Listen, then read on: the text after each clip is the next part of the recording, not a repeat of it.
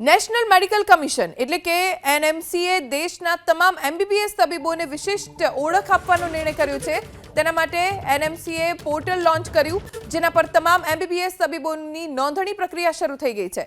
National medical register એક database છે કે જ્યાં તમામ રજિસ્ટર્ડ તબીબોનું રજિસ્ટ્રેશન થશે। આધાર આઈડીથી તબીબોની પ્રામાણિકતા કે જેમાં તેની પ્રામાણિકતા આધાર આઈડીથી વેરીફાઈડ કરવામાં આવશે।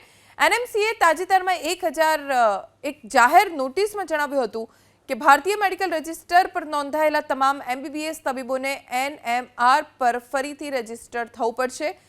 રજિસ્ટ્રેશનની પ્રક્રિયા શરૂ કરવા માટે તબીબોએ પોતાના આધાર આઈડી, પોતાની એમબીબીએસની ડિગ્રી, પ્રમાણપત્રની એક ડિજિટલ કોપી અને state medical council, Indian medical કાઉન્સિલના રજિસ્ટ્રેશન પ્રમાણપત્રની જરૂર પડશે। નેશનલ મેડિકલ કમિશન એટલે કે એનએમસીએ દેશના તમામ એમબીબીએસ તબીબોને વિશિષ્ટ ઓળખ આપવાનો નિર્ણય કર્યો છે।